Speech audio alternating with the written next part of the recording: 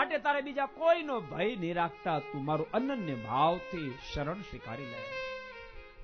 માલિક, જીવાત્માની મુક્તિ કેમ થાય? નિષ્કામ ભક્તિ જ્યારે પ્રાપ્ત કરે ને ત્યારે માં જીવાત્માની મુક્તિ થાય છે. નિષ્કામ ભક્તિ, નિષ્કામ એટલે કોઈ અપેક્ષા વિનાની કરાતી ભક્તિ નિષ્કામ ભક્તિ કહેવામાં આવે છે. અને ભક્તો મુમુક્ષ જ્યારે નિષ્કામ ભક્તિ કરે ને ત્યારે ભગવાન એના પર રાજી થઈ જાય છે. ભાઈ શબરીએ નિષ્કામ ભક્તિ કરી હતી, પ્રભુ રાઘવ રાજી થઈ ગયા, રાજી થઈ ગયા. તમે કલ્પના કરો, કેહી વિધિ સ્તુતિ કરુતી હારી, અધમ જાતિ મેં જડમતી ભારી. હું તો અધમ જ્ઞાતિમાં જન્મી છું, મારી બુદ્ધિ જડતાને વરી ચૂકી છે. અધમ તે અધમ, અધમતી નારી.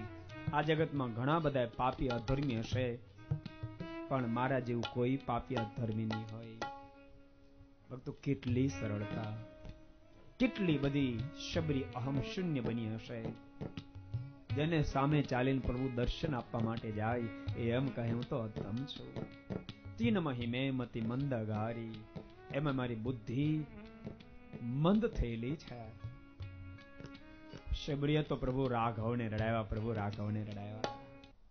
બાપ શબરી, મને ધન નો બાંધી શકે, મને રૂપ નો બાંધી શકે, મને બુદ્ધિ નો બાંધી શકે, મને કૌશલ્યતા ન બાંધી શકે. કહ રઘુપતિ સુનું ભામિની બાતા, માન હું એક ભક્તિ કરનાતા. હું તો પ્રેમને આધીન છું, પ્રેમને આધીન છું. ભગવાન તો પ્રેમને આધીન છે.